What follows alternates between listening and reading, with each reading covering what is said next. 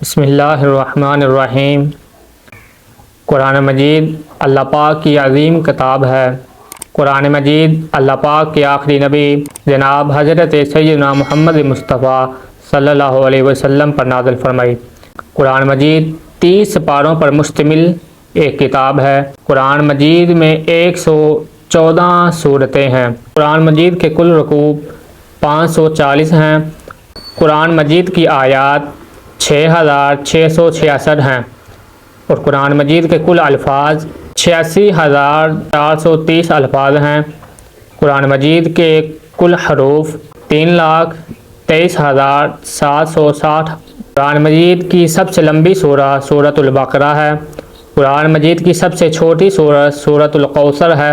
قرآن مجید کی سب سے پہلی سورہ سورۃ الفاتحہ ہے۔ قرآن مجید کی سب سے آخری سورہ سورۃ الناس ہے۔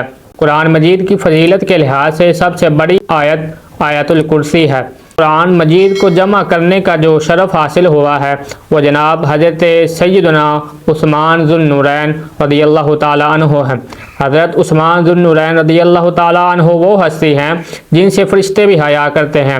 حضرت عثمان ذو النورین وہ ہستی ہیں جن کے بارے میں نبی علیہ السلام نے فرمایا، اگر میرے پاس 100 بیٹیاں ہوتی تو وہ میں یک بعد دیگرے حضرت عثمان ذو النورین کے نکاح میں دے دیتا۔